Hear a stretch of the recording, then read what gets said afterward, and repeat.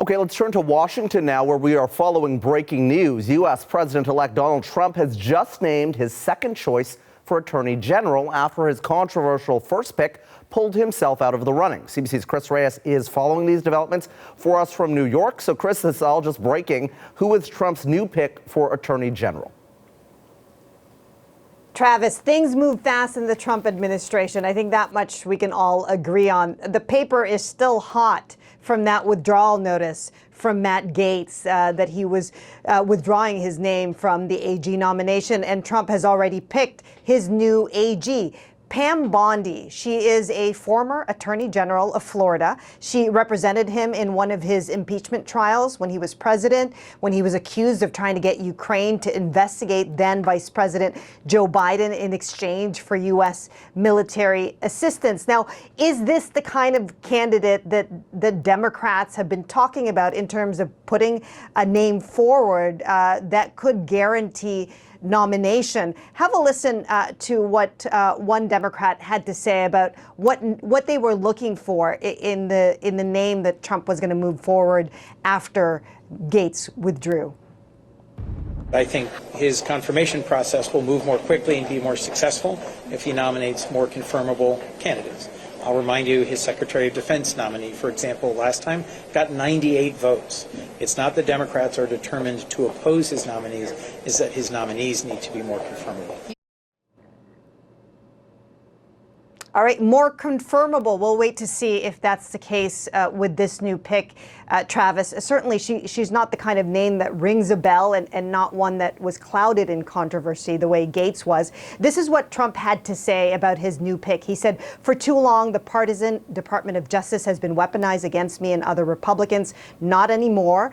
He said that she is someone who will refocus the DOJ to its intended purpose of fighting crime and making America safe again. I have known Pam for many years. She's smart and tough and is an America First fighter who will do a terrific job. Okay, so we'll follow reaction on that one because obviously, you know, that announcement just made. But up until now, Gaetz's withdrawal, there was a lot of reaction to that. And around this kind of uncertainty of the confirmation process, which we just heard Coons talking about there in the clip, what has the reaction been like from his colleagues now that Gaetz is out?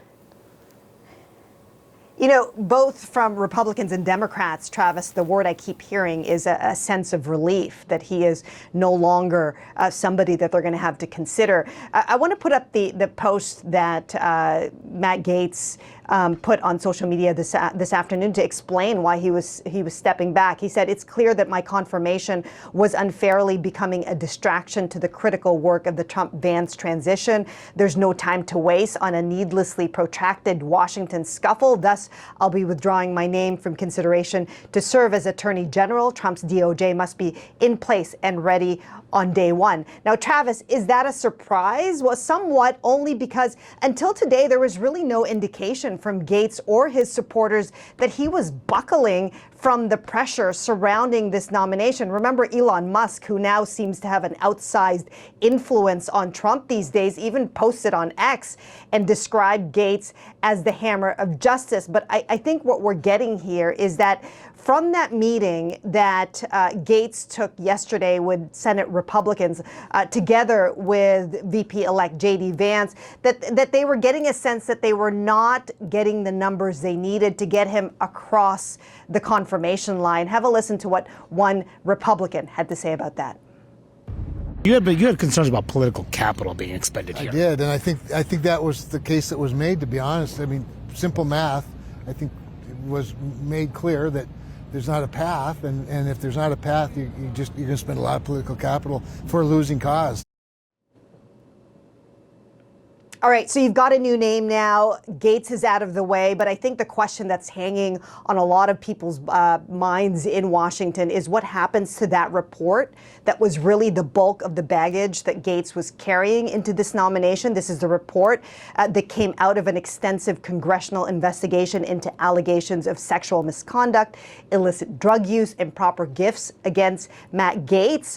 When Gaetz was nominated, Travis, he resigned his post, and so there was no chance to release that report. And there have been calls to release that report, even though Gaetz is no longer in Congress. So we'll wait to see if those calls go away now that there is a new AG pick and Gaetz is no longer in consideration. Okay, Chris, appreciate the update on the breaking news. The CBC's Chris Reyes in New York. Okay, let's bring in Matt Terrell now. He is a Republican strategist. He joins us tonight from Washington. Thanks for taking the time, Matt. So let's talk about this breaking news, the new AG pick, Pam Bondi. What are your thoughts? Well, look, I think it's a pick right now that makes sense, given that it aligns with what President-elect Trump has been doing with the bulk of his picks here, all of his picks here for cabinet positions, and that is finding people that he trusts, respects, and knows. And he clearly trusts, respects, and knows Pam Bondi, and this is somebody who aligns with putting people in place that he feels will execute his agenda. So, we'll see what happens with the confirmation process here with respect to her now being the nominee for Attorney General, but certainly this maps with what the President-elect has been doing with his staff choices, with his cabinet choices, among other choices he has been and will continue to make between now and his inauguration and beyond. Matt Gaetz came with a lot of baggage for that confirmation process, which you just talked about. Does Bondi have any of that, or is this a much easier confirmation on the face of it? Well, look, we'll see what happens in terms of the confirmation process. What I can tell you is that this is somebody that many people, particularly in Florida, where she is from, and has built a career as a prosecutor, respect. And we'll see what happens with this confirmation process. I think this is somebody who's clearly going to execute the President-elect's agenda if confirmed and moved into the Attorney General's position, is going to execute his agenda at the Department of Justice. The President-elect has been very forward with what he intends to do at the Department of Justice, his concerns with what's been happening, in his view at least, at the Department of Justice. We'll see what happens here. I think many would argue that this is somebody who he knows and has been a prosecutor that now may be the next Attorney General, depending on the confirmation process. We know famously that he did not get along with his AG at the end of his last administration, the first administration. What are the qualities that Donald Trump wants in an Attorney General that is running the Department of Justice?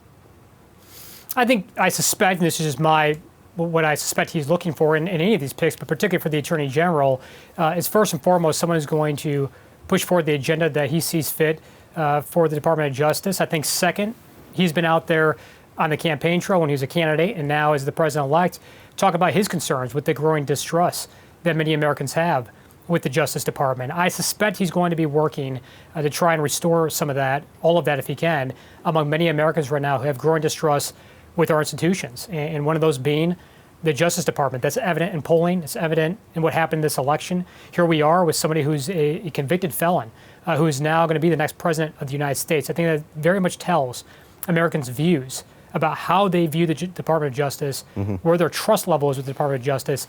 I suspect one Attorney General is going to go in there and restore that trust. We'll see what happens here. Okay, let's turn now to something else that we're talking a lot about here in this country, and that is a Trump pick that will have an impact on Canada. The next ambassador to Canada will now be Pete Hoekstra. Melanie Joly was reacting to that today in Washington. So Matt, let's take a listen to that, and then we'll come back and we'll talk about it.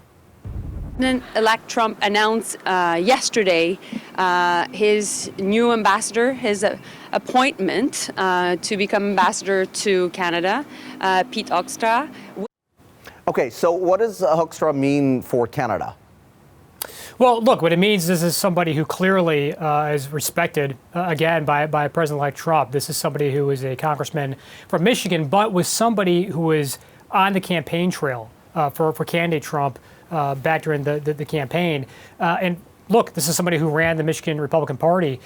So look, this is somebody who clearly is trusted by President-elect Trump. And what it means is that this is someone who's going to execute President-elect Trump's agenda when it comes to policy related to Canada. I think if you look at trade policy, I think if you look at other policies that the President-elect has already put out there, namely that could be related to Canada, but beyond, including other countries, but namely to Canada, I think this is an ambassador who's going to execute his agenda. That's what I think you expect here. This is just another example of him picking someone for a post who clearly is aligned with the President-elect, somebody that's going to be loyal to the President-elect. I think you expect that out of this choice. Okay, and what challenges do you think Hoekstra will face going forward? Well, I think the challenges are that we're in just a different time here. This is the same for not just him, but for President-elect Trump here. You're entering the world right now different than what it was when President-elect Trump was president just a couple of years ago. But the ambassador has been an ambassador before. So look, the reality for both of them is it's just a very different world. Right now, you have conflict with Ukraine and Russia. You've got conflict in the Middle East. You have the potential dynamics with China. So look, that's a lot going on at the foreign policy stage, and given the partnership, with Canada, it's going to be something I think is going to be a dynamic approach. That is not just something on the foreign policy scale that just the United States is going to feel the need to react to and be proactive on. I suspect Canada will face that, of course, as well. In addition to the trade policy that's going to be discussed here, we'll see where that takes shape on some of those domestic issues. Foreign policy, it's just a different world from where both of these gentlemen were just a couple of years ago when one served as an ambassador and the other as president. Okay, Matt, good to have you on to talk about all of this, including the breaking news. That is Matt Terrell, a Republican strategist, joining us from our Washington studio.